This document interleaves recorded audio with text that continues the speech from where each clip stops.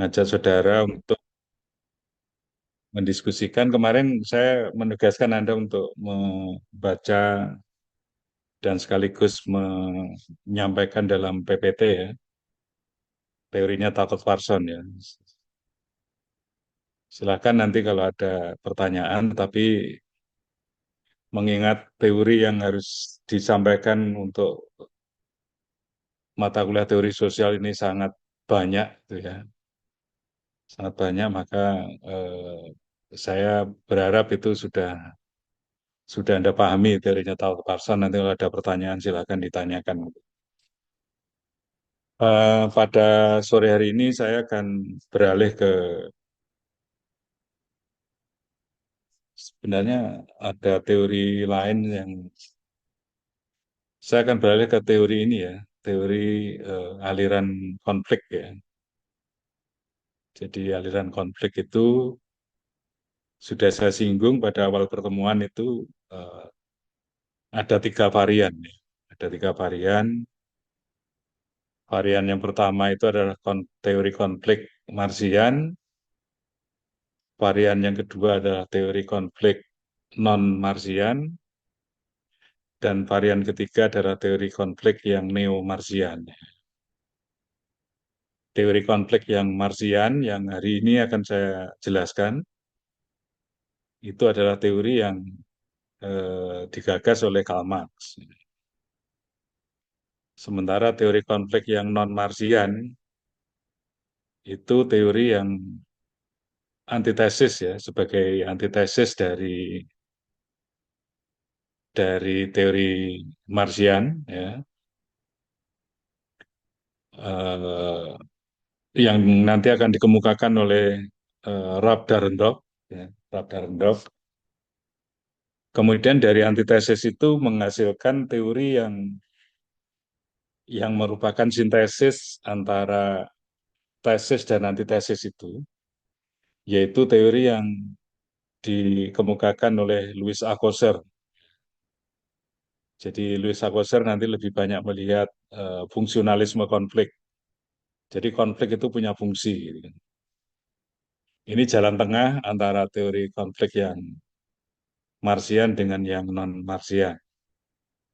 Kemudian yang neo-Marsian itu teori-teori yang digagas oleh para teoritisi dari Amerika Latin ya. Ada Cardoso, ada Andre Gunther Frank, ada Dos Santos ya. Itu teori-teori eh, ketergantungan. Teori-teori ketergantungan itu akar akar pemikirannya itu bersumber dari Marx ya, dari aliran Marxian, tetapi kemudian dikembangkan menjadi teori-teori ketergantungan dalam hal melihat hubungan antar negara, ya.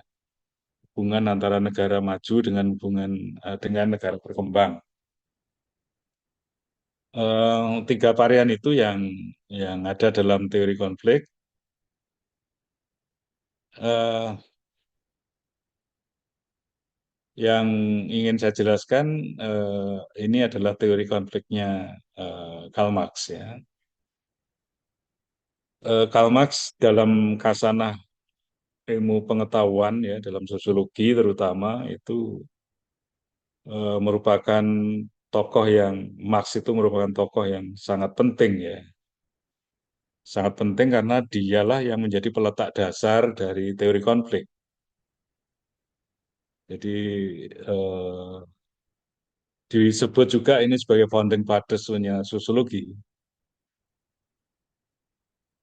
Jadi pendiri sosiologi. Eh, kalau kita lihat biografi singkatnya ya, biografi singkatnya itu Marx itu hidup pada abad ke-19 ya, tepatnya awal awal abad ke-19 ya, 1818 dan meninggal 1883. Nama lengkapnya Karl Heinrich Marx ya. Itu lahir di Jerman, meninggal di Inggris ya. Jadi Marx ini tokoh yang eh, di dalam sejarah hidupnya seorang tokoh yang hidupnya sangat memprihatinkan, ya. Jadi selama hidupnya itu tidak pernah mengenal apa yang disebut dengan uang, itu tidak pernah mengenal dia. Kemudian dia juga eh, dalam sehari-hari kehidupannya itu ditopang secara ekonomi ditopang oleh Friedrich Engel ini, oleh Friedrich Engel. Jadi Friedrich Engel lah yang menghidupi kebutuhan dasar yang memenuhi kebutuhan dasarnya Karl Marx itu. Jadi Marx itu miskin, Marx itu miskin. Hidupnya berpindah-pindah dari Inggris, dari Jerman ke Perancis, kemudian dari Perancis dia pindah ke Inggris, menetap di Inggris sampai dia meninggal. Nah, pada saat di Inggris itulah Marx melihat ada fenomena industrialisasi, ada fenomena pra-kapitalisme. Jadi kapitalisme yang baru saja tumbuh akibat dari revolusi industri itu, ya. Jadi revolusi industri itu kemudian menyebabkan munculnya industrialisasi di Inggris dan lahirnya pra-kapitalisme. Kapitalisme masih awal. Ini kemudian dia seorang filosof, ekonom, sosiolog, jurnalis, dan aktivis politik. Karya dia yang terkenal tentu kita sudah mendengar semua, ya, komunis, manifesto, kemudian bersama Angel dia menulis buku Das Kapital, ada 3 jilid, ya. Ada 3 jilid besar, 3 jilid yang halamannya tebal gitu, ya, yang halamannya tebal, kemudian masih dalam bahasa Jerman, ditulis dalam bahasa Jerman. Em, ini yang dua karya ini yang sangat fenomenal, ya, dari Marx, ya. The Communist Manifesto dan Das Kapital. Kemudian kalau kita lihat pemikiran utamanya itu eh, terkait dengan teori konflik dan perjuangan kelas, kemudian kritik terhadap kapitalisme, eksploitasi buruh, kemudian konsep materialisme historis dan sosialisme. Mestinya ada satu tambahan lagi nih, ditambahkan lagi satu pemikiran utama dia terkait dengan agama, ya, terkait dengan agama. Eh, Pengaruhnya sangat luas tentu saja. Gagasannya menjadi dasar bagi sosialisme dan komunisme di dunia ini. Jadi ideologi komunis yang dipraktekkan negara-negara seperti Uni Soviet, kemudian negara-negara Eropa Timur dan negara-negara Asia maupun Amerika seperti Kuba. Asia itu ada Cina, ada Vietnam, ada Korea Utara. Itu adalah bersumber dari ajaran Marxisme. Eh, Karl Marx itu tentu saja ini, ya, dikenal sebagai pencetus teori konflik. Yang utamanya sebenarnya pemikirannya itu menyoroti bagaimana sistem ekonomi itu mempengaruhi kehidupan sosial dan politik di masyarakat. Eh, saya ingin menjelaskan pemikiran-pemikiran yang mempengaruhi Karl Marx, ya. Ada 2 tokoh sebenarnya. Tokoh yang pertama itu adalah Birbach. Birbach. Tokoh yang dua adalah Hegel. Hegel. Birbach itu mempengaruhi Marx dalam hal ajaran Marx tentang agama, tentang Tuhan. Masyarakat awam lebih mengenal ajaran Marx tentang Tuhan, tentang agama itu dengan ateisme. Ya. Jadi ajaran yang tidak mempercayai, tidak meyakini adanya agama, adanya Tuhan. Ya. Itu persis sama yang dikatakan oleh Birbah. Jadi Birbah itu, dan ini diiyakan oleh Karl Marx, bahwa keberadaan Tuhan, keberadaan agama, keberadaan terkait dengan neraka, surga, malaikat, dan seterusnya itu sangat tergantung pada manusia, sangat tergantung pada apakah manusia itu memproyeksikan, mengangan-angankan Tuhan, mengangan-angankan agama, surga, neraka, malaikat, dan seterusnya. Coba bayangkan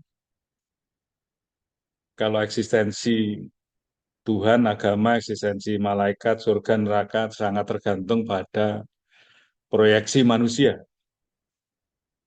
Kalau manusia tidak memproyeksikan, manusia tidak mengangan-angankan, ya nihil kan. Keberadaan mereka tidak ada. Sebaliknya kalau manusia mengangan-angankan Tuhan, ya Tuhan, agama, malaikat, surga, neraka itu ada. Gitu ya.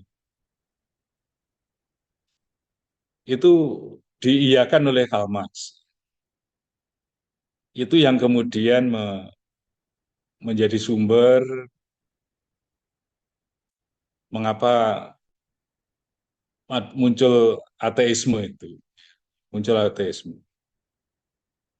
Bahkan Marx menjelaskan orang yang beragama itu seperti orang mabuk. Gitu. Orang yang seperti mengkonsumsi narkoba. Jadi agama itu adalah candu. Agama itu candu. Semakin dia mendalami agama itu semakin mabuk, semakin kecanduan. Dan agama itu merupakan, kata Marx, merupakan sumber keterasingan manusia. Jadi manusia itu kalau beragama ya dianggap Marx merupakan manusia yang terasing, manusia yang terasing pada dirinya sendiri, tidak manusia yang tidak memahami hakikat dirinya, hakikat dirinya yang bebas, hakikat dirinya yang kaya, gitu ya. Justru dia lari ke agama, terutama individu-individu atau manusia-manusia yang sedang menghadapi masalah itu larinya ke agama. Sehingga agama dikatakan sebagai sumber keterasingan manusia. Jadi manusia yang terasing itu ya manusia yang beragama itu. Ini yang kemudian ditangkap oleh orang awam sebagai ajaran Marxisme, ajaran komunisme itu mengajarkan kita untuk menjadi orang yang ateis, orang yang tidak beragama. Tapi itu bentuk penyederhanaan dalam bahasa yang bisa dipahami oleh banyak orang, ateisme. Tapi intinya yang seperti saya jelaskan tadi, intinya.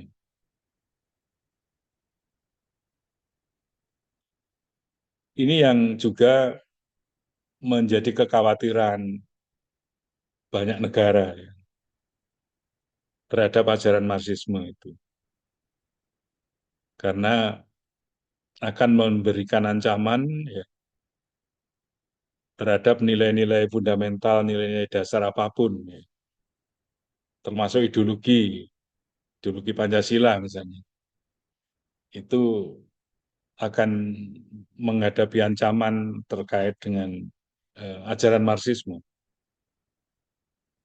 Karena ajaran Marxisme yaitu tadi, tidak mengakui eksistensi Tuhan. Padahal kita di dalam sila pertama itu ada menyebut sila pertama tentang ketuhanan yang Maha Esa. Bukan hanya Pancasila yang terancam, tapi juga keberadaan agama. Agama apapun, agama apapun. Itu juga akan mendapatkan ancaman dari Marxisme. Oleh karena itu ya, sebenarnya ada dua ancaman dari Marxisme. Yang pertama tentang ateisme tadi itu, dan yang kedua yang menjadi ancaman itu tentang ajarannya tentang perubahan sosial. Di dalam Marxisme itu satu-satunya cara untuk melakukan perubahan sosial itu melalui revolusi sosial. Tidak ada cara yang lain, melalui revolusi sosial. Apa revolusi sosial itu? Revolusi yang dilakukan melalui penghancuran, melalui penghancuran masyarakat kapitalis yang berkelas-kelas itu. Jadi dua itu, mengapa kemudian alasan eh, ketetapan MPRS nomor 25 tahun 1966 sampai sekarang belum dicabut. Jadi ketetapan MPRS nomor 25 tahun 66 itu kan melarang penyebarluasan ya, ajaran Marxisme dan komunisme. Jadi larangan. Termasuk perkuliahan ini sebenarnya dilarang. Karena perkuliahan ini kan bisa dikategorikan menyebarluaskan ajaran Marxisme dan komunisme. Tetapi ini kan untuk kepentingan pendidikan. Saya ingin supaya ada pemahaman yang benar mengapa Marxisme dan komunisme itu dilarang di Indonesia. Dua peristiwa pemberontakan tahun 1948, 1965 menunjukkan praksis dari komunisme, praksis dari Marxisme. Jadi ketika ideologi komunis itu dipraktekkan, ya bagaimana cara berkuasa, bagaimana cara PKI berkuasa di Indonesia. Ketika melalui mekanisme pemilu gagal, ya harus melalui revolusi, melalui pemberontakan untuk berkuasa di Indonesia, sekaligus juga mengganti ideologi Pancasila. Dua peristiwa itu menunjukkan betapa komunisme itu hanya mengenal satu cara untuk melakukan perubahan, yaitu eh, pemberontakan. Oleh karena itu ya komunisme dan PKI sampai sekarang masih dianggap sebagai bahaya laten di Indonesia. Yang kedua, pengaruhnya Marx dipengaruhi oleh Hegel. Hegel itu terkait dengan dialektika. Ada dialektika berpikir, yaitu terkait dengan tesis, antitesis, dan sintesis. Coba saya langsung ke sini, nanti saya kembali lagi nih. Saya tulis di sini. Hegel.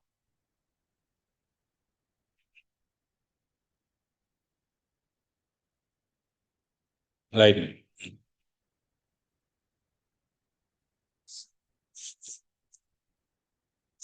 dialektika Marx itu dipengaruhi oleh Hegel. Jadi Marx mengembangkan konsep dialektika yang terinspirasi dari filsafat George Wilhelm Friedrich Hegel. Hegel menekankan dialektika idealis, di mana perubahan terjadi melalui perkembangan ide. Marx mengubahnya menjadi dialektika materialis yang berfokus pada konflik ekonomi dan sosial sebagai pendorong perubahan. Nah ini, mekanisme dialektikanya dalam perubahan sosial itu bahwa proses perubahan sosial itu mengikuti pola tesis ya, sistem sosial dan ekonomi yang ada. Misalnya sistem sosial ekonomi kapitalis ya, itu dianggap sebagai tesis. Kemudian antitesisnya itu adalah munculnya kontradiksi dan perlawanan, misalnya karena ada eksploitasi pekerja dalam kapitalisme.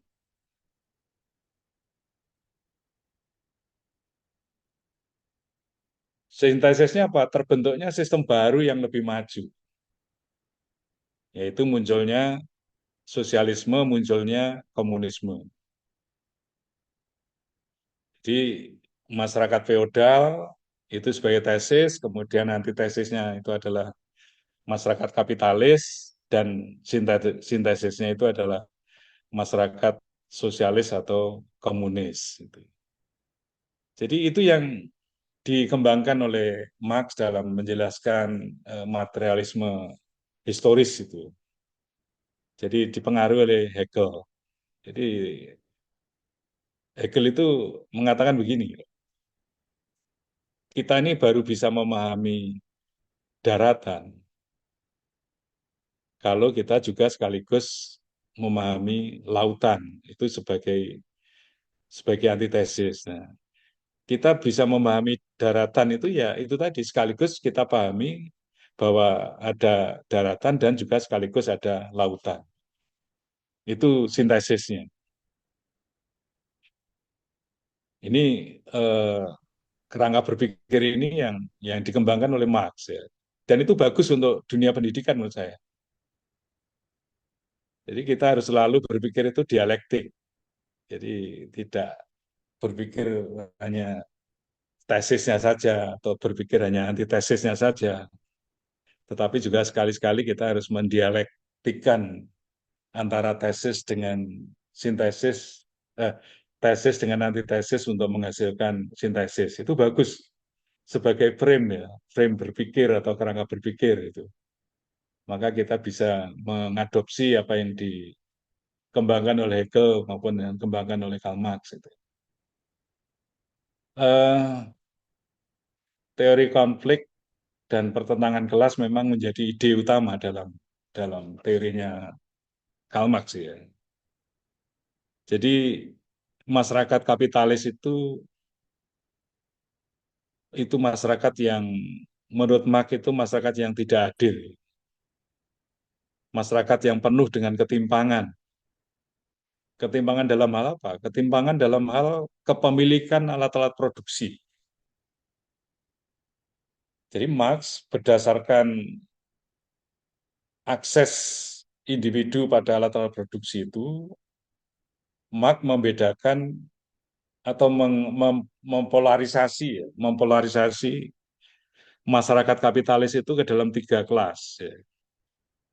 Kelas yang pertama itu adalah kelas borjuis. Apa itu kelas borjuis? Kelas borjuis itu kelas yang memiliki, menguasai, dan mengendalikan alat-alat produksi. Kelas yang kedua itu adalah kelas petty borjuis. Borjuis kecil.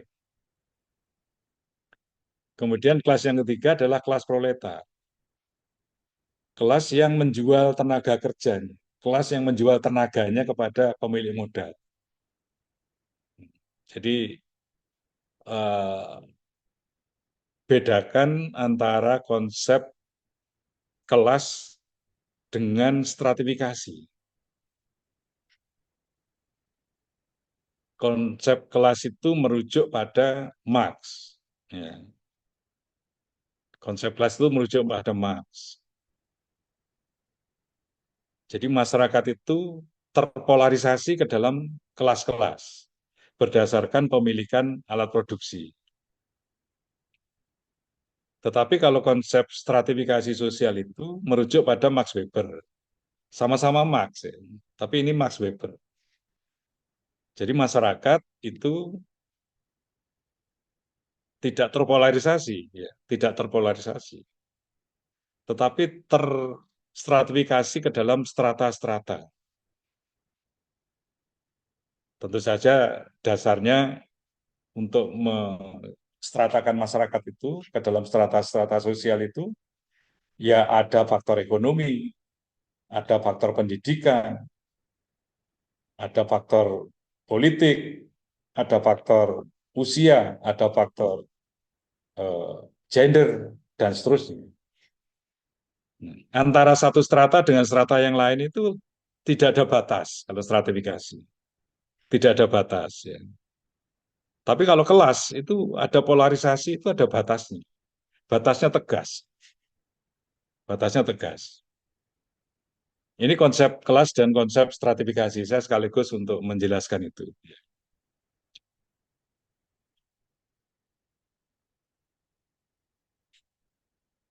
Struktur ekonomi suatu masyarakat itu menentukan bagaimana hubungan sosial dan kekuasaan terbentuk.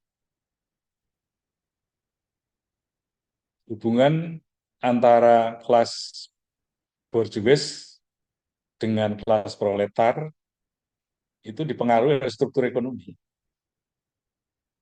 Hubungan antara kelas borjuis dengan kelas proletar itu hubungan yang dikatakan Marx sebagai hubungan yang sifatnya eksploitatif. Anda masih ingat pada masa Orde Baru, hubungan antara pengusaha dengan pekerja.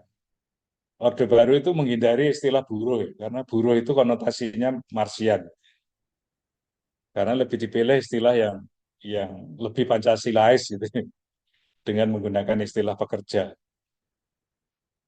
Hubungan antara pengusaha dengan pekerja itu hubungan yang sifatnya setara, kemitraan, mitra sejajar. Artinya kalau mitra sejajar itu tidak ada yang lebih tinggi dari yang lain. Padahal kenyataannya kan tidak sejajar. Untuk menghindari juga kesan bahwa pengusaha itu mengeksploitasi buruhnya. Kalau Marx jelas teorinya. Hubungan antara pemilik modal, kelas borjuis, dengan kelas proletar, itu hubungan yang sifatnya eksploitatif.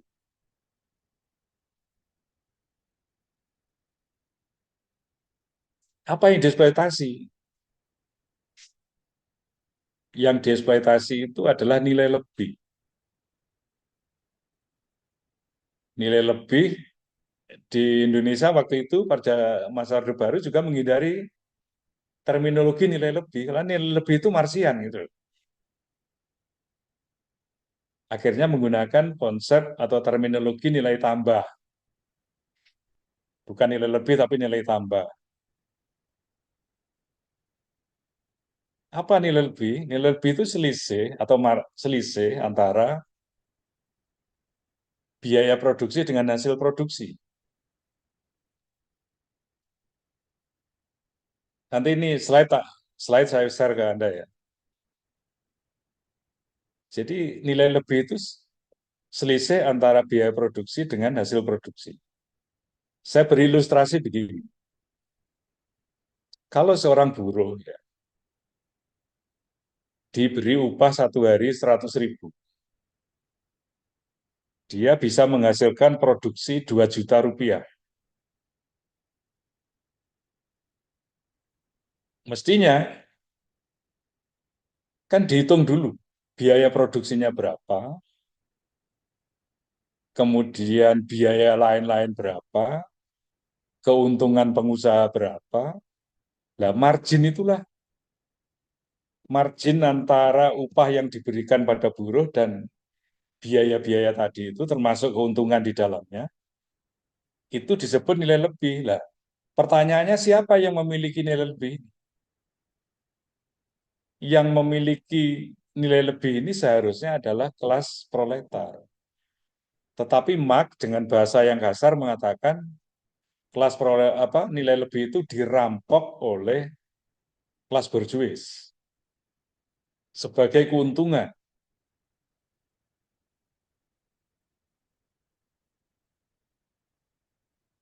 Nah, celakanya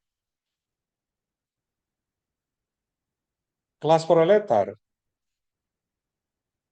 itu tidak menyadari bahwa dirinya sedang dieksploitasi oleh kelas borjuis. Maka lahir apa yang disebut dengan kesadaran semu. Kelas proletar itu sehari-hari mengalami kesadaran semu.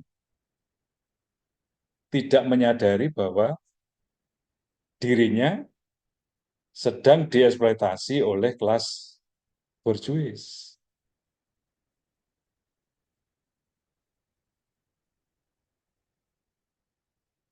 Dan itu bertahun-tahun. Sampai buruh meninggal pun mengalami kesadaran semu. Karena teorinya Marx jelas.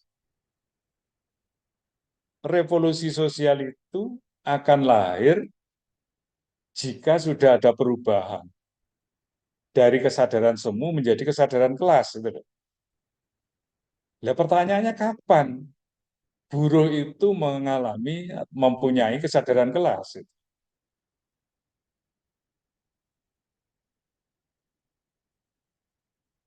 Kalau sudah mempunyai kesadaran kelas, maka akan lahir revolusi sosial.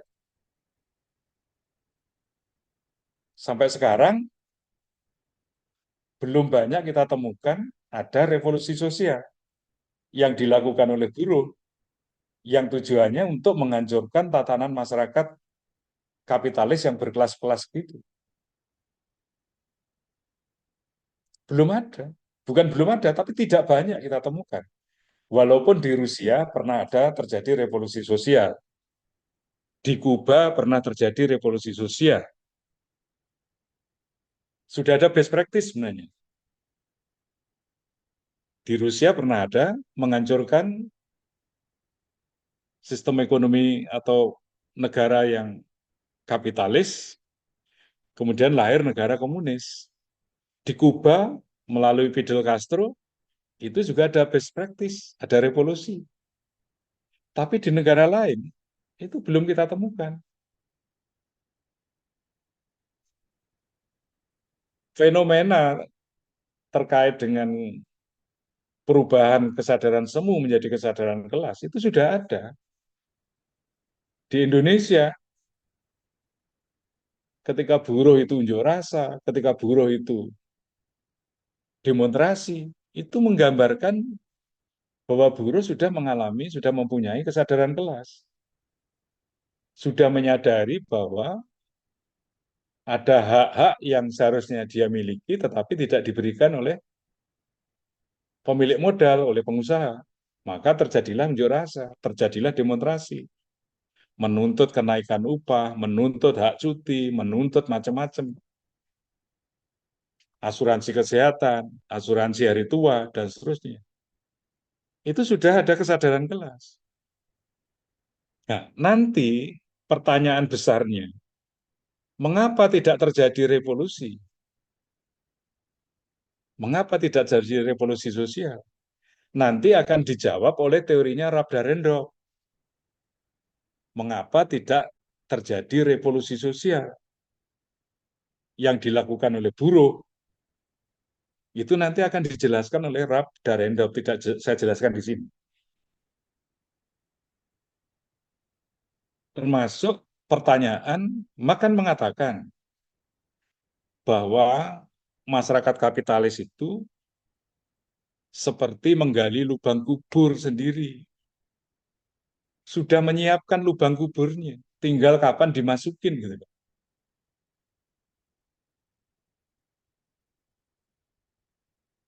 Mengapa kok Marx menyampaikan seperti itu? Marx melihat bahwa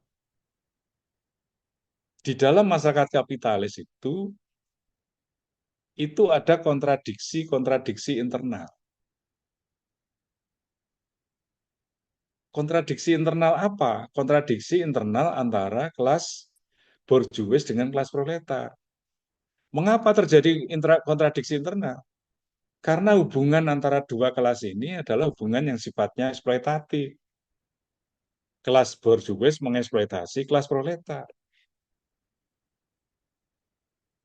Itu yang dijadikan dasar Marx memprediksi bahwa kapitalisme itu hanya merupakan salah satu tahap saja dari perubahan masyarakat sebelum menuju masyarakat yang sempurna, masyarakat yang adil, masyarakat yang tidak ada ketimpangan, yang disebut sebagai masyarakat sosialis atau masyarakat komunis.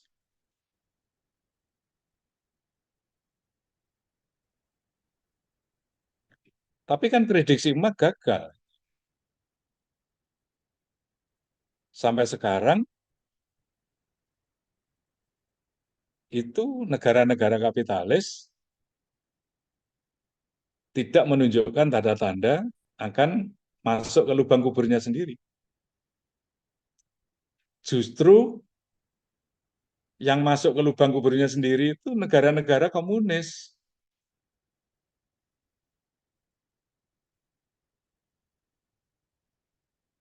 Fenomenanya terjadi pada awal tahun 1990-an. Tahun 1990-an itu dimulai dari kebijakan Presiden Uni Soviet Gorbachev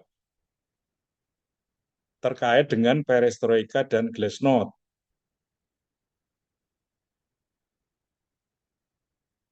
Intinya adalah Presiden Gorbachev ingin secara ekonomi membuka diri terhadap ekonomi pasar melalui kebijakannya itu. Ini keterbukaan, membuka diri. Nah, ternyata dampaknya tidak bisa diprediksi. Dampaknya tidak bisa diprediksi. Dampak dari kebijakan itu luar biasa besar. Karena ternyata mampu memporak-porandakan komunisme di Uni Soviet dan di Eropa Timur. Negara-negara komunis runtuh. Uni Soviet yang besar, yang menjadi negara adidaya, itu juga kemudian mengalami disintegrasi. Belah, terpecah-pecah menjadi beberapa negara dan menyisakan satu negara besar yang kita kenal sekarang sebagai Rusia itu. Itu itu pecahan Uni Soviet. Negara-negara Eropa Timur juga runtuh. Banyak yang juga mengalami disintegrasi. Jerman Timur dan Jerman Barat yang dulu dibatasi oleh tembok Berlin itu. Tembok Berlin itu menjadi simbol pembatas dua negara yang berbeda ideologi. Jerman Barat yang berideologi liberalisme, dan Jerman Timur yang berideologi komunisme. Runtuh, terjadi unifikasi Jerman, terjadi unifikasi Jerman Timur dan Jerman Barat menjadi Jerman sekarang ini.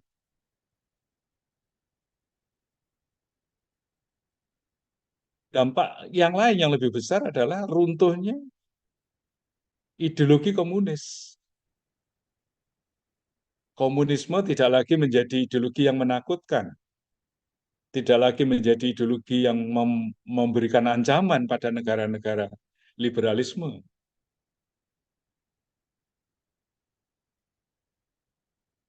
Kita sekarang bisa mengidentifikasi berapa jumlah negara yang ideologinya komunis. Secara politik ideologi komunis seperti Rusia, tapi ekonominya kapitalis.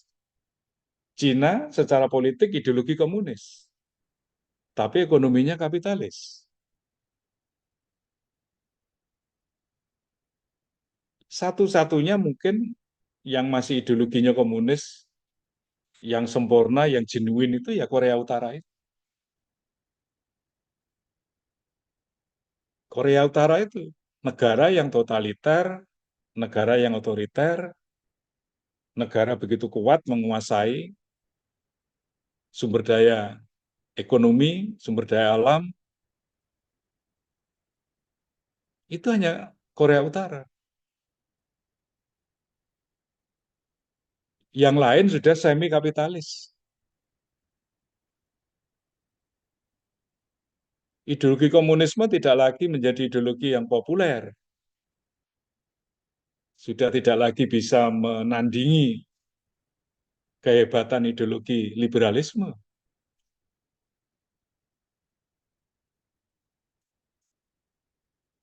Di Asia Tenggara apa buktinya? Kalau ideologi komunis sudah tidak lagi populer dan sudah tidak lagi memberikan ancaman. Saya ingin minta Anda berpendapat.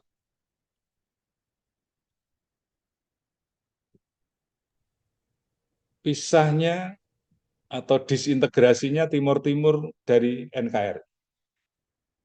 Ada nggak kaitan dengan itu?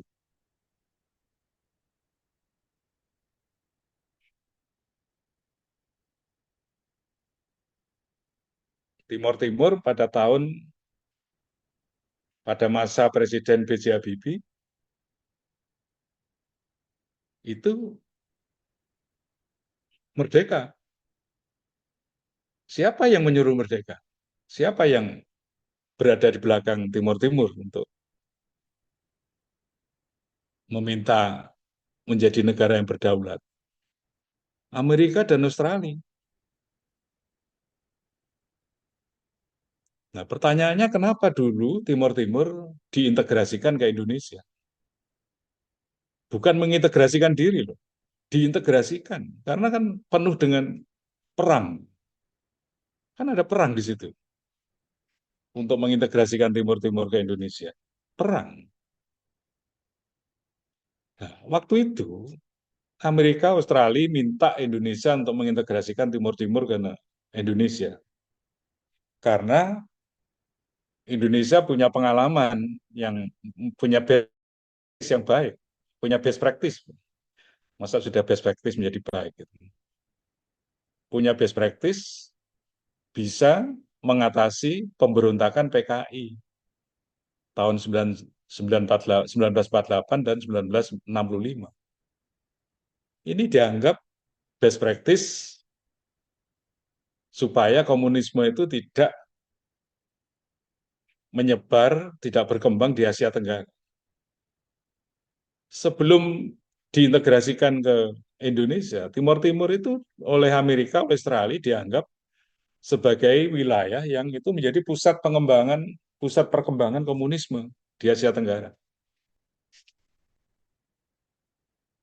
Oleh karena itu Amerika, Australia minta Indonesia untuk mengintegrasikan itu karena secara geografis yang paling dekat.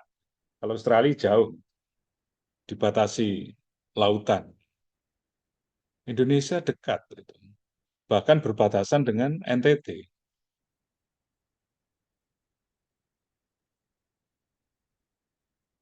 Tapi setelah komunisme runtuh, kepentingan Amerika, kepentingan Australia beralih dari kepentingan ideologi ke kepentingan ekonomi. Gitu.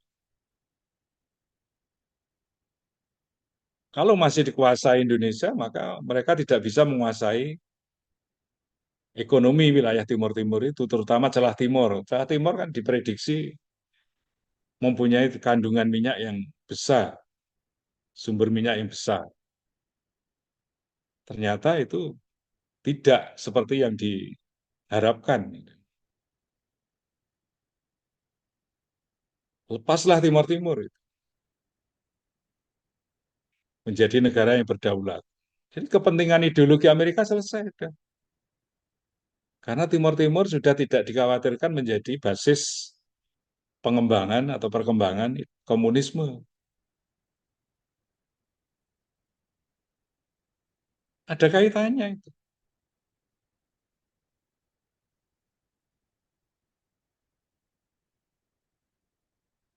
Bukti yang lain ya, kalau komunisme itu sudah negara-negara komunis itu di dalam ekonomi menganut kapitalisme, pada tahun 1987, Hong Kong diserahkan dari Inggris ke Cina. Apa yang dilakukan Cina terhadap Hong Kong ketika diserahkan oleh Inggris? Tidak dilakukan perubahan, tidak mengubah apapun. Hong Kong tetap dibiarkan seperti ketika masih dikuasai Cina, ketika dikuasai oleh Inggris. Tidak dilakukan perubahan.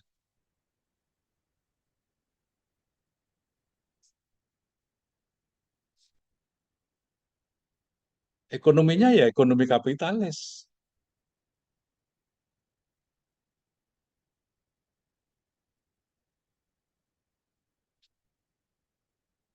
Indonesia masih takut dengan komunisme. Buktinya apa? Ketetapan MPRS nomor 25 tahun 66 itu belum dicabut sampai sekarang.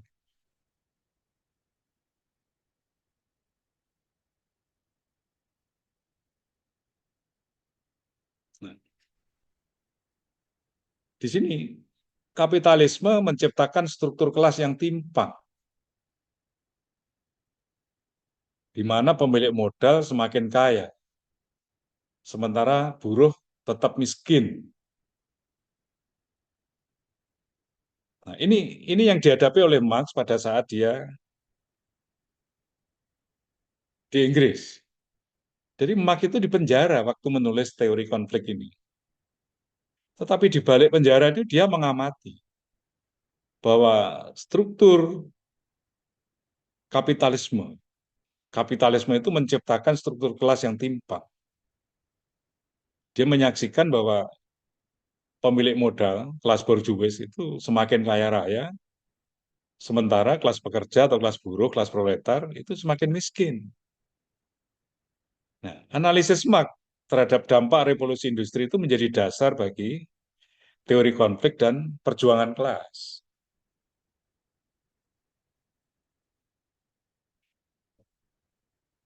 Ini sudah saya jelaskan. Nah ini, kelas proletar bekerja dalam kondisi buruk dengan jam kerja panjang tapi upahnya rendah, upahnya kecil. Sebaliknya, borjuis mendapatkan keuntungan yang besar dari tenaga kerja yang murah. Ini memberi upah yang murah itu bagian dari eksploitasi, bagian dari merampas nilai lebih tadi itu, tanpa memberikan kesejahteraan yang layak.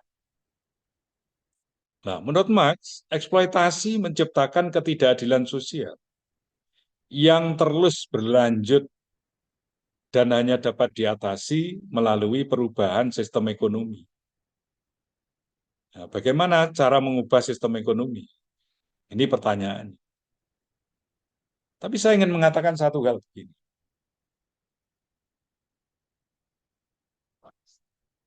Tidak ada teori yang bisa menjelaskan bagaimana relasi pemilik modal dengan buruh.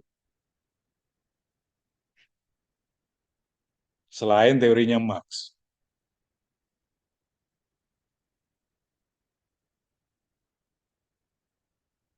Karl Marx berpendapat bahwa sejarah manusia itu adalah sejarah perjuangan kelas.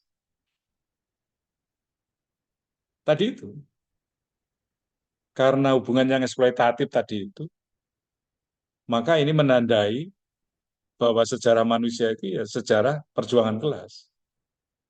Konflik antara borjuis dan proletar terjadi karena eksploitasi tenaga kerja. Ini penyebabnya.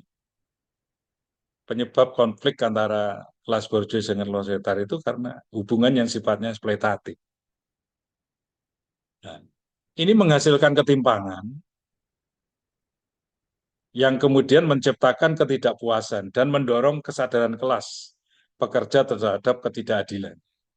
Ini yang diharapkan oleh Marx, bahwa kelas proletar itu itu merasa mengalami ketidakadilan.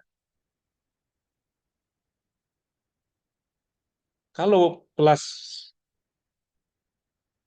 proletar itu merasa mengalami ketidakadilan, maka disitulah sudah muncul kesadaran kelas.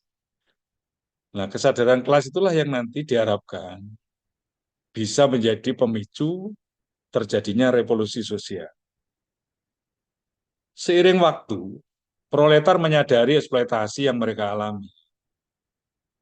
Akhirnya kesadaran kelas akan memicu perlawanan terhadap sistem kapitalisme yang menindas. Bentuk perlawanan bisa berupa gerakan buruh.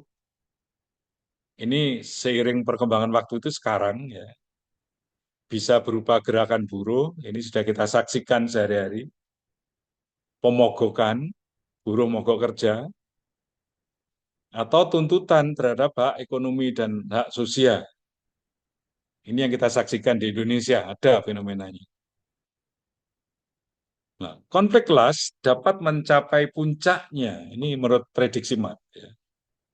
Jadi konflik antara kelas borjuis dengan kelas proletar itu akan mencapai puncaknya dalam bentuk revolusi. Marx yakin betul ya, bahwa revolusi akan menggantikan kapitalisme dengan sistem yang lebih adil. Apa itu? Yaitu sosialisme atau komunisme. Nah, dalam sistem ini, dalam sosialisme atau komunisme itu, alat produksi dimiliki bersama. Tentu saja pemerintah, melalui pemerintah. Kemudian menghapuskan eksploitasi dan menciptakan kesetaraan ekonomi serta sosial. Ini pokok-pokok pikiran.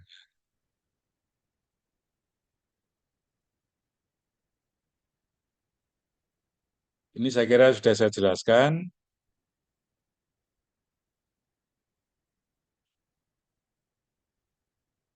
Ini juga sudah saya jelaskan tadi singkat, nanti saya share di, karena materinya cukup banyak untuk ini.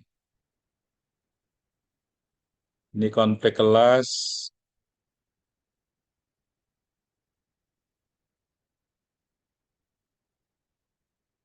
Nah, saya ingin fokus di sini. Revolusi dan kesadaran kelas. Revolusi sosial terjadi ketika proletariat atau kelas proletar menyadari eksploitasi yang mereka alami. Nah, kemudian kesadaran kelas itu tumbuh melalui apa? Pengalaman ketidakadilan ekonomi, ketidakadilan politik, ketidakadilan sosial. Nah, kata kuncinya di sini. Ketika proletariat bersatu, mereka menantang dominasi borjuis dan berjuang untuk perubahan sistemik. Revolusi sosial bertujuan untuk menggulingkan kapitalisme yang berpusat pada kepemilikan pribadi dan eksploitasi tenaga kerja. Ini yang mau dihancurkan, menghancurkan kepemilikan pribadi dan menghapuskan eksploitasi. Sistem sosialisme akan menggantikannya, yaitu apa? Dengan alat produksi dimiliki oleh negara atau dimiliki secara kolektif untuk kesejahteraan bersama. Kita masih ingat pada pemilu 1955 atau pada era Orde Lama.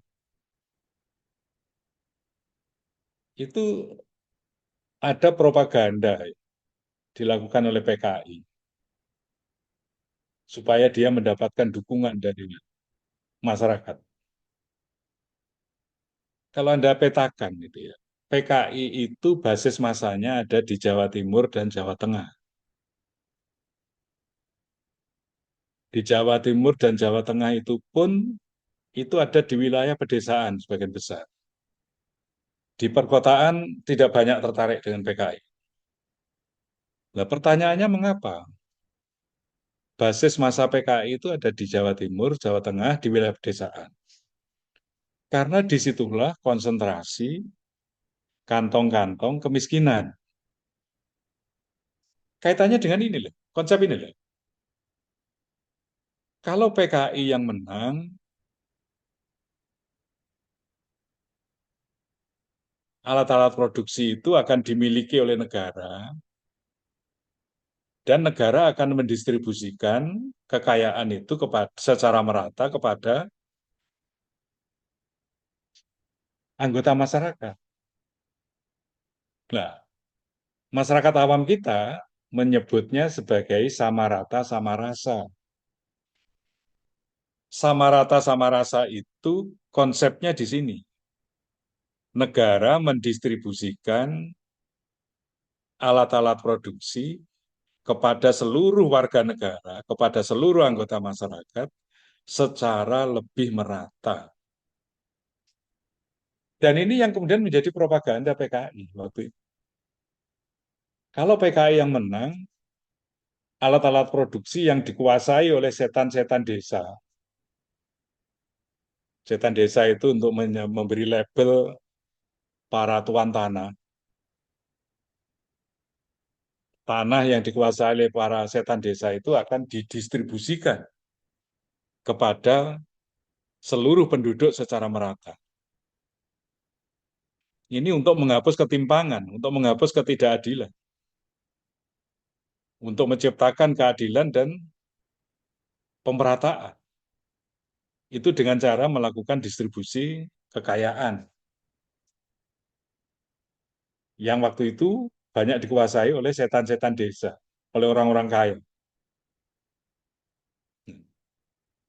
Kalau orang miskin diiming-iming seperti itu, ya tentu tertarik dengan propaganda itu. Tertarik. Karena itu basis masanya cukup banyak, cukup besar juga.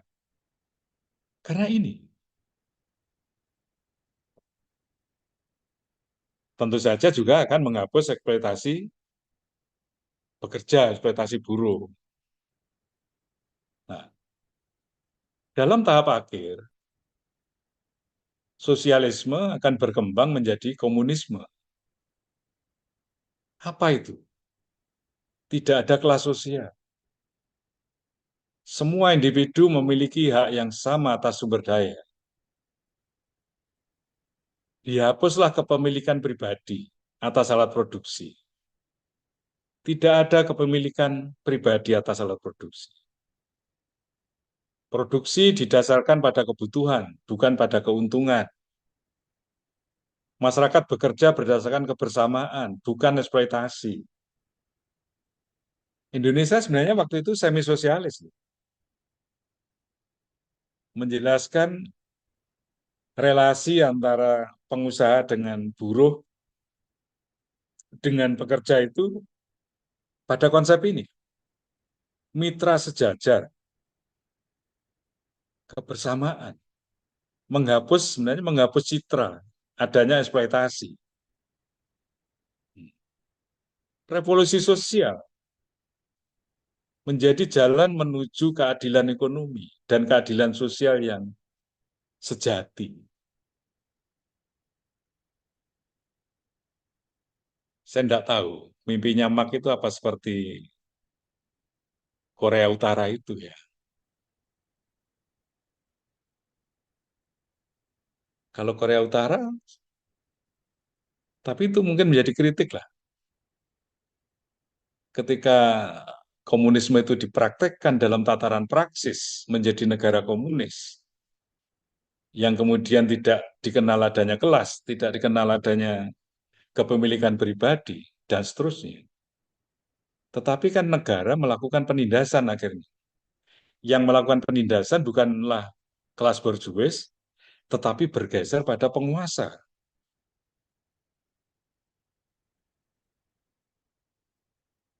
Di media sosial itu ada meme yang cukup menarik kalau Anda ikuti ya. Coba Anda cari meme di media sosial. Itu ada yang mengatakan jika atau bila mana Kim Jong Un itu menjadi presiden Indonesia tidak perlu 5 tahun, tapi cukup 1 bulan saja. Itu untuk memberantas korupsi, memberantas koruptor. Itu sudah cukup 1 bulan saja untuk membersihkan praktik-praktik korupsi di Indonesia itu cukup menjadikan caretaker Kim Jong Un menjadi presiden Indonesia 1 bulan. Artinya apa? Artinya ada pergeseran penindasan, ketidakadilan dari kelas borjuis ke penguasa. Ini yang dipraktekkan di Korea Utara kan? Nah, ini contoh ya, contoh revolusi kelas ya, revolusi sosial yang dilakukan oleh kelas borjuis. Pada tahun 1917 itu ada revolusi Rusia, kaum proletar menggulingkan sistem feodalisme dipimpin oleh Vladimir Lenin dan Partai Bolshevik. Kaum buruh dan petani menggulingkan dinasti Romanov dan sistem feodalisme. Kapitalisme digantikan dengan sosialisme, di mana alat produksi dikuasai negara untuk kesejahteraan rakyat. Revolusi ini menjadi inspirasi bagi gerakan sosialis di seluruh dunia. Yang kedua, Revolusi Kuba tahun 1959. Ini juga perlawanan terhadap kapitalisme, dipimpin oleh Fidel Castro. Ini tokoh-tokoh yang populer kita kenal, Che Guevara, ini juga kenal, Camilo Cienfuegos. Ini saya nggak seberapa kenal kalau ini. Tapi kalau dua tokoh ini saya kenal. Menggulingkan rezim Batista yang pro-kapitalis dan didukung oleh Amerika Serikat. Melakukan nasionalisasi industri utama, mendistribusikan tanah kepada petani, dan membangun sistem sosialisme. Revolusi ini menantang dominasi ekonomi politik kapitalisme global. Yang ketiga, gerakan buruh modern, tetapi tidak sampai menghasilkan revolusi. May Day ini kan tiap tahun kita peringati, tiap tahun diperingati buruh. Tapi kan bentuknya hanya demonstrasi, hanya unjuk rasa, hanya mogok makan. Tidak sampai menghasilkan revolusi sosial seperti dua peristiwa yang sebelumnya. Ini contoh sejarah revolusi kelas pada gerakan buruh modern. Nah, saya akan beralih ke konsep ini. Alienasi. Ini juga konsep yang cukup penting untuk kita paham. Terjadi dalam kapitalisme. Karl Marx itu berpendapat bahwa dalam sistem kapitalisme, buruh itu setiap saat, setiap detik, itu mengalami alienasi atau mengalami keterasingan. Alienasi terjadi karena pekerja atau buruh tidak memiliki kendali atas proses dan hasil kerja mereka. Saya acap kali mengilustrasikan dengan buruh pabrik rokok. Buruh pabrik rokok itu kan setiap hari dia ngelinting rokok. Batang rokok yang dilinting itu bahkan jumlahnya ribuan dalam 1 hari. Tapi apa yang terjadi ketika dia ingin merokok atau ingin menghisap satu batang rokok? Itu dia tidak bisa menghisap satu batang rokok dari hasil produksinya mereka, dari hasil pekerjaan mereka secara langsung. Agar dia bisa menghisap satu batang rokok, maka dia harus pergi ke toko, membeli rokok yang dia produksi itu, dan kemudian dia baru bisa membeli. Ini menggambarkan ini. bahwa buruh itu tidak memiliki kendali atas proses dan hasil produksinya. Proses dan hasil produksinya itu berada di luar kendalinya, berada di luar dirinya. Dan dia terasing dengan proses produksi dan dengan hasil produksinya. Sama, seperti misalnya seorang pelukis. Dia menghasilkan karya seni, lukisan yang luar biasa indah, yang memiliki estetika tinggi. Rasa estetikanya dia ekspresikan, dia coret-coret di atas kanvas. Sepanjang lukisan itu masih dipajang di rumahnya, masih dipajang di kamarnya, masih dipajang di kantornya, maka pelukis itu tidak mengalami alienasi.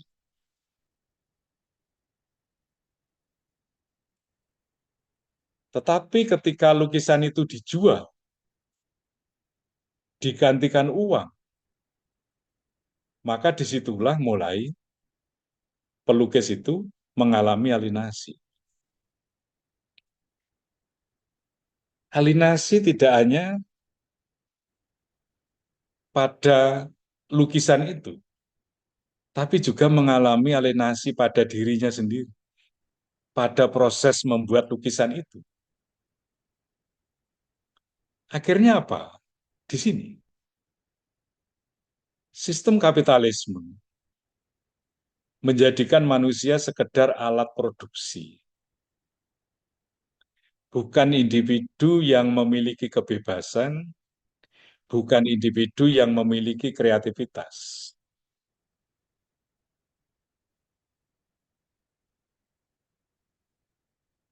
Manusia hakikatnya punya kebebasan, punya kreativitas. Hakikat manusia sebenarnya melalui kebebasan dan kreativitas itu bisa diekspresikan dalam pekerjaan. Misalnya tadi itu, hakikat manusia yang memiliki rasa estetika yang tinggi, itu melalui kebebasan dan kreativitas bisa diekspresikan melalui kanvas tadi itu, coret-coret di kanvas tadi itu. Nah, menurut saya seperti SBY itu, SBY itu manusia yang tidak mengalami alienasi atau seniman yang tidak mengalami alienasi. Mengapa? Karena karya lukisnya tidak dijual, karya lukisnya dipajang, apakah di rumahnya ataukah di museumnya. Itu SBY masih bisa menikmati hakikat dirinya melalui karya lukis yang dia hasilkan ini. Tapi begitu itu dijual, karya lukis itu dijual, disitulah dia mengalami alienasi. Alienasi dari hasil kerja, tadi sudah saya jelaskan.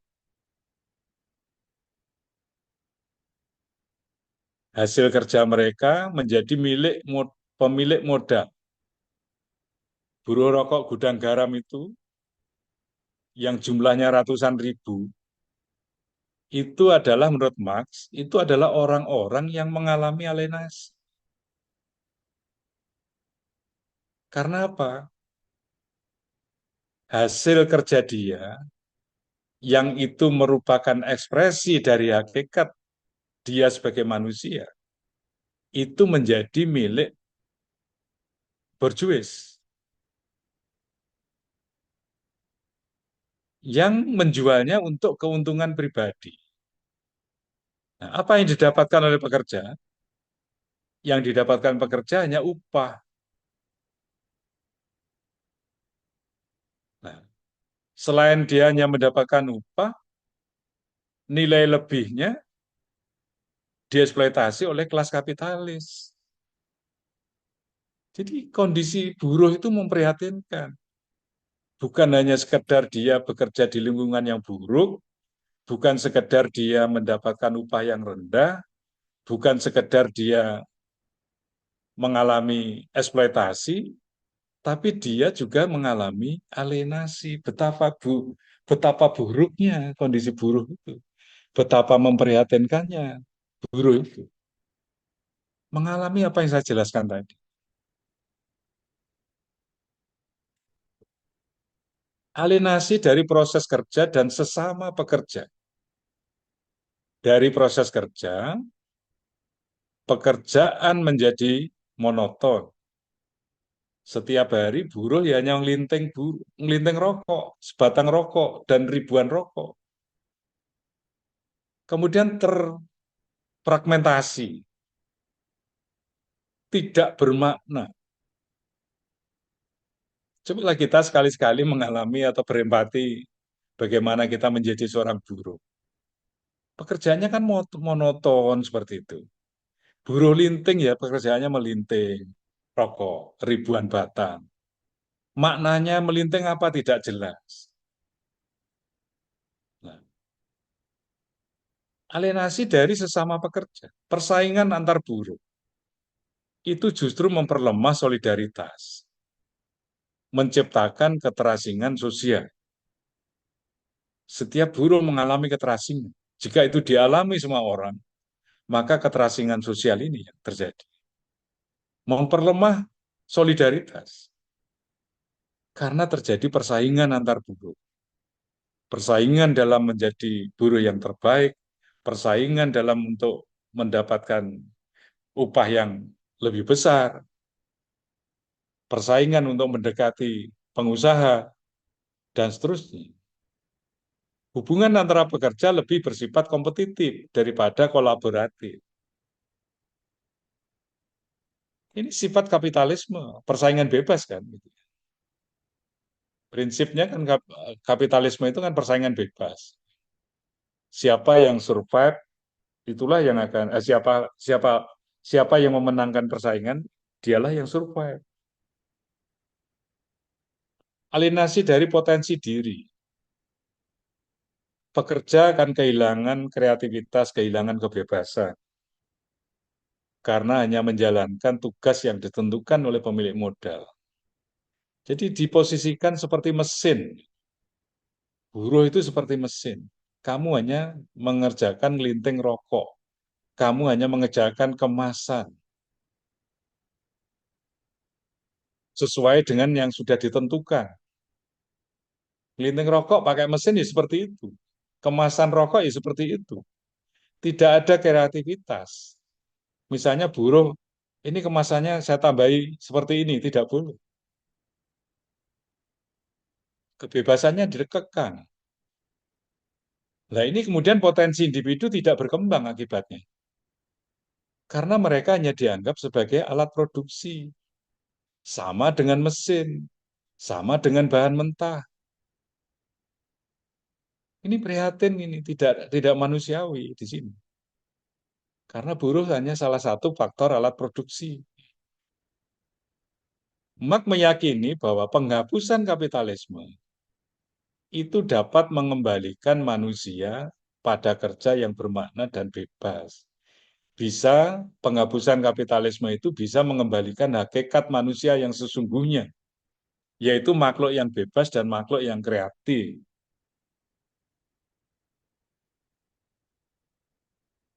Nah, ini penting juga mau saya jelaskan. Marx itu membagi masyarakat itu ke dalam dua struktur, yaitu struktur atas atau superstruktur dan struktur bawah atau substruktur. Negara itu kata Marx tidak lebih sebuah komite. Jadi negara itu hanya sebuah komite. Sebuah komite yang dibentuk tidak netral. Negara tidak netral. Sebuah komite yang dibentuk untuk menjalankan fungsi sebagai alat kelas borjuis. untuk membela kepentingan-kepentingan kelas borjuis. Nah, negara mengendalikan aparatur hukum, mengendalikan aparatur militer, mengendalikan birokrasi. Untuk apa? Untuk apa ini semua dikendalikan? Yaitu untuk menciptakan stabilitas kapitalisme. Kelas buruh, kelas proletar sulit mencapai keadilan karena negara melindungi kepentingan pemilik modal.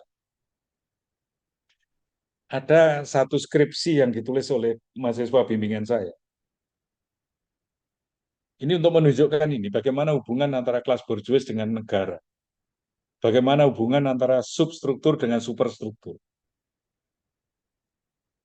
Jadi superstruktur itu bisa negara, birokrasi, militer, polisi, ideologi, agama, kesenian, hukum, itu superstruktur. Nah, substruktur itu ada kelas borjuis, ada kelas proletar. Bagaimana hubungan antara superstruktur dengan substruktur? Ini sudah saya jelaskan. Saya ingin memberi contoh yang lain. Skripsi mahasiswa saya itu membongkar bagaimana kelas borjuis melalui agama itu untuk melanggengkan kesadaran semu buruhnya. Jadi sebenarnya simpel ini, skripsi mahasiswa saya ini simpel tapi menarik. Jadi data itu dikumpulkan dari khotbah Jumat. Jadi setiap Jumat dia itu selalu ke masjid, kemudian sambil mengikuti sholat Jumat juga dia mengumpulkan materi khotbah Jumat itu. Dan sambil mendengarkan juga khotbah Jumat. Khotib itu selalu dari Jumat ke Jumat selalu mengulang-ulang untuk mengajak buruhnya itu mensyukuri nikmat yang telah diberikan Allah kepada buruh bahwa masih bisa bekerja di perusahaan itu, walaupun perusahaan itu dalam kondisi sulit, walaupun perusahaan itu dalam kondisi rugi, tidak mem-PHK buruh itu. Terus kemudian juga di luar perusahaan itu masih antri ribuan calon buruh yang mau bekerja di perusahaan itu. Maka buruh harus selalu bersyukur, tidak sampai di PHK. Harus bersyukur, tidak sampai menganggur. Harus bersyukur karena masih bisa bekerja di perusahaan itu. Ini agama dijadikan instrumen oleh kelas borjuis untuk melindungi kepentingan-kepentingan supaya buruh tidak bergejolak, supaya buruh tidak demonstrasi, supaya buruh tidak unjuk rasa, supaya buruh selamanya tetap mengalami kesadaran semu lewat agama.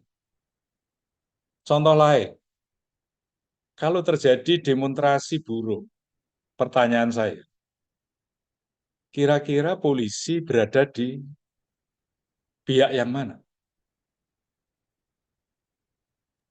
Apakah polisi berada di pihak buruh atau polisi berada di pihak pemilik modal? Saya belum Pemilik. pernah, ya, saya belum pernah menemukan polisi membela buruh ketika berhadapan dengan pemilik modal. Yang terjadi sebaliknya, polisi pasti berhadapan-hadapan dengan buruh, head to head dengan buruh.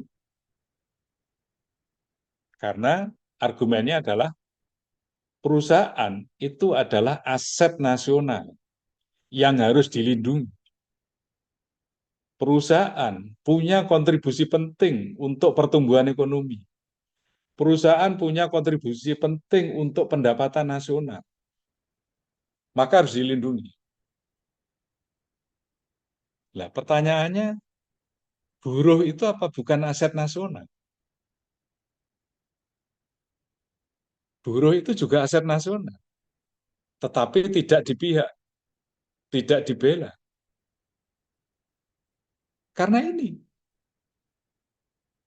negara dan ideologi dalam pandangan Marx itu menjadi instrumen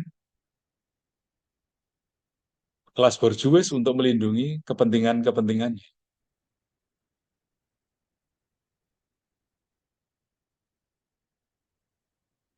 Hukum dan kebijakan untuk kepentingan modal, ini sama. Saya masih ingat ya, zaman rezim Megawati. Saya mohon maaf ya, bagi Anda yang PDIP ya. Bukan saya bermaksud menjelek-jelekan, tidak. Tapi saya ingin mengungkapkan fakta. Dan Anda bisa juga mengkaji sendiri. Ya, Mas Modayosi bisa mengkaji. Undang-undang Ketenagakerjaan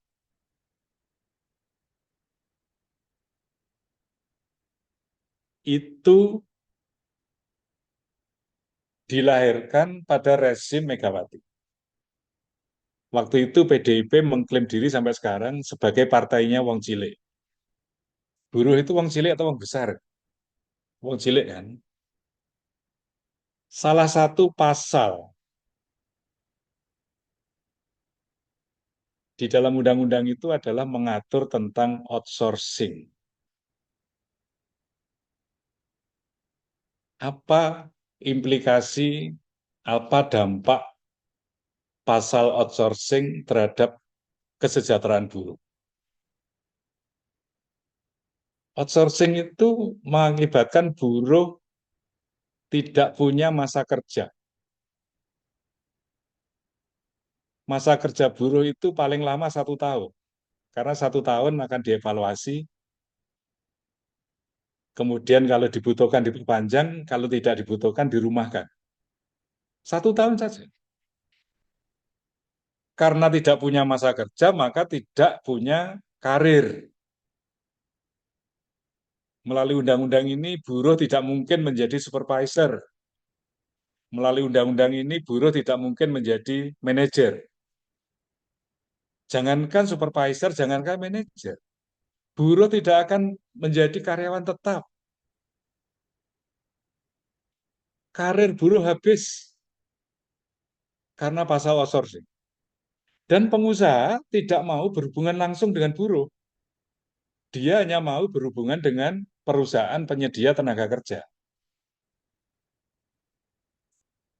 Pembahasan undang-undang ini oleh DPR itu tidak dilakukan di gedung DPR, tapi dilakukan di hotel mewah, hotel berbintang, dan atas biaya pemilik modal.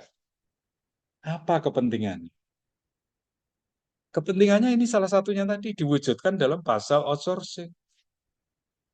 Sekarang pengusaha senang dengan pasal outsourcing itu. Karena dia tidak akan menghadapi pola tingkah buruhnya di perusahaannya. Kalau ada buruh yang berpola tingkah aneh, maka dia cukup menyampaikan ke perusahaan penyalur tenaga kerja, buruh A ganti, ganti yang lain. Tidak perlu PHK, karena kalau PHK ada hak yang harus dibayarkan ke buruh. Tidak perlu. Tidak, buruh sekarang, pengusaha sekarang tidak repot menghadapi buruh akibat dari pasal outsourcing. Nah, sebenarnya undang-undang ini memihak ke siapa?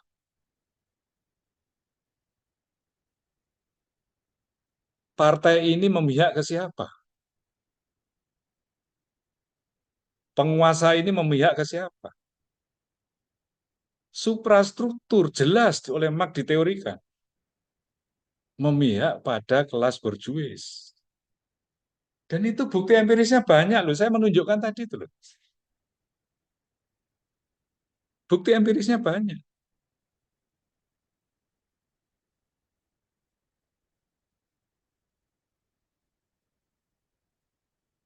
Inilah media pendidikan, agama digunakan untuk menyebarluaskan ideologi borjuisme. Media menyebarluaskan ideologi borjuis, termasuk pendidikan. Kalau saya tidak, saya mengajarkan ini, saya justru menciptakan kesadaran kelas ini. Hei, hati-hati, pendidikan juga dipakai untuk menyebarluaskan ini. Agama sudah saya contohkan tadi. Konsep seperti kerja keras membawa kesuksesan. Kerja keras membawa kesuksesan. Sering digunakan untuk membenarkan ketimpangan. Ini kan prinsip kapitalisme. Orang yang bekerja keras itulah yang akan memenangkan pertarungan, kan gitu. Orang yang kerja keras yang akan memenangkan persaingan, karena konsepnya persaingan bebas. Siapa yang mau survive, siapa yang mau kaya, maka dia harus memenangkan persaingan. Orang miskin, buruh, itu orang yang kalah, itu pecundang. Dalam konsep kapitalisme itu, orang miskin, buruh, itu pecundang yang tidak mampu memenangkan persaingan. Di sini. Akibatnya apa? Pekerja mengalami kesadaran palsu. Kesadaran palsu yang diciptakan oleh ini loh, tadi. Salah satunya agama tadi, melalui khotbah Jumat tadi di sini. Nah, kesadaran kelas harus tumbuh agar proletariat bisa melawan sistem yang tidak adil. Melalui apa? LSM salah satunya. Mahasiswa yang lain. Mahasiswa itu kan seringkali juga memberikan advokasi kan, memberikan penyadaran-penyadaran. Di dalam gerakan buruh itu selalu di belakangnya ada LSM, selalu di belakangnya ada mahasiswa yang melakukan advokasi. Ya untung ada LSM, untung ada mahasiswa. Kalau tidak, ya buruh akan mengalami kesadaran semu terus. Ini, kesadaran palsu ini.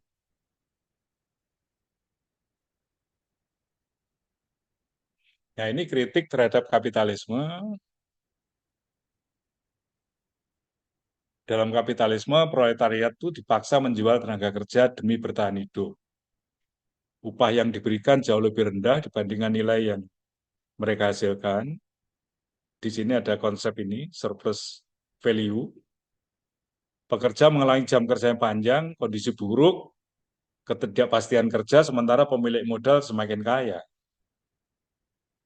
Contoh pabrik-pabrik dengan sistem kerja yang upah murah, pekerja lepas tanpa jaminan sosial.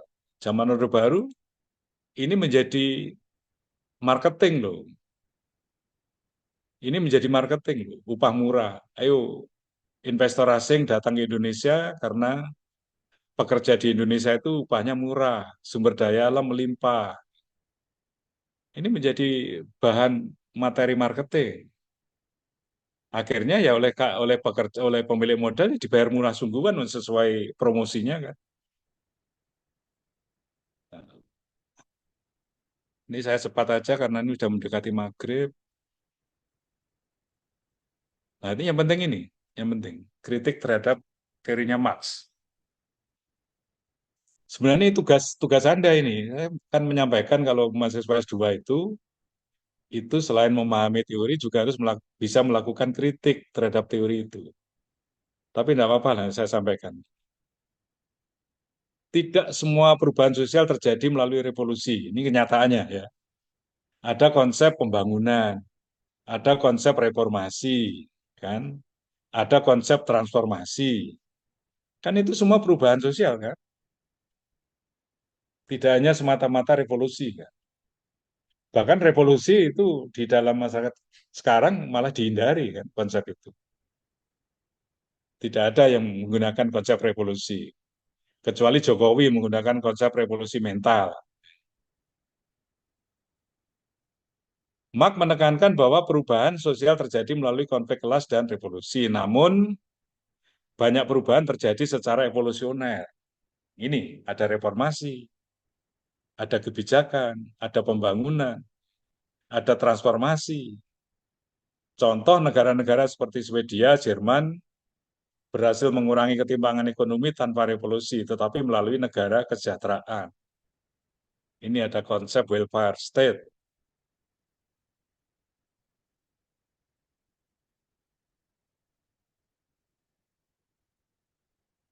Kelas sosial lebih kompleks daripada dijelaskan Marx. Marx membagi masyarakat menjadi dua kelas, borjuis dan proletar. Namun dalam realitas, kelas sosial itu lebih kompleks, mencakup kelas menengah, ada teknokrat, ada birokrat, ada wirausahawan kecil. Hubungan antara kelas juga lebih fleksibel dengan mobilitas sosial yang memungkinkan seorang naik atau turun kelas. Nanti ini semua akan dijelaskan oleh Rob Darendorf, sama persis seperti ini.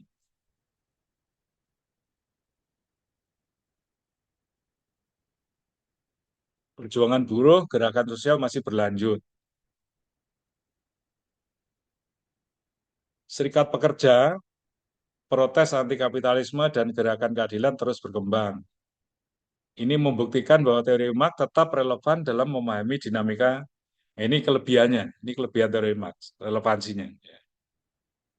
Seperti saya jelaskan di awal, tidak ada teori yang relevan untuk menjelaskan relasi antara pengusaha dengan buruh.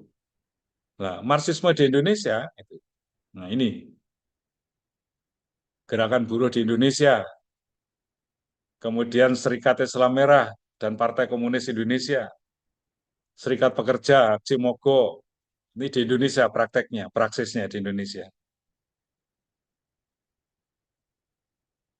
Reaksi negara, ini sudah saya jelaskan, melarang ideologi Marxisme, Komunisme, Orde Baru menerapkan represi terhadap gerakan kiri, hingga saat ini diskursus Marxisme masih dikontrol ketat. Nah, ini mudah-mudahan saya tidak sedang dikontrol ini ya.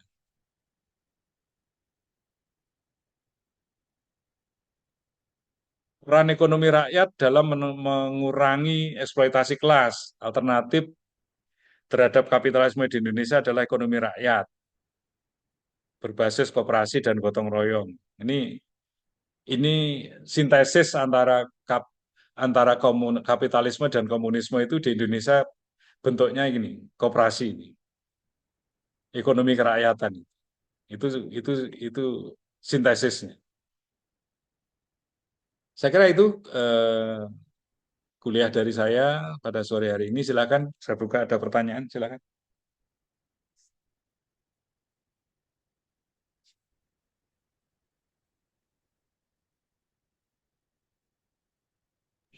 Ini nanti akan saya share ke Anda, silakan dipelajari sendiri, diperdalam.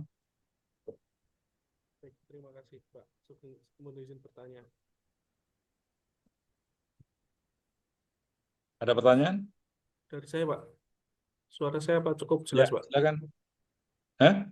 Suara saya apa cukup jelas? Cukup, cukup jelas, jelas, jelas. Baik, terima kasih Pak. Terkait produksi itu tadi Pak, sebenarnya saya juga sudah ya kan di S1 dulu itu mempelajari Marxis itu banyak banyak yang masih dipertanyakan gitu Pak. Terkait produksi itu misalnya kan tadi misalnya memproduksi rokok gitu. Itu kan produksi terus menerus ya Pak ya, produksi terus menerus, buruh juga nggak ada hentinya sekalipun surplus value-nya itu tetap diserap terus oleh kapital atau borjuis gitu.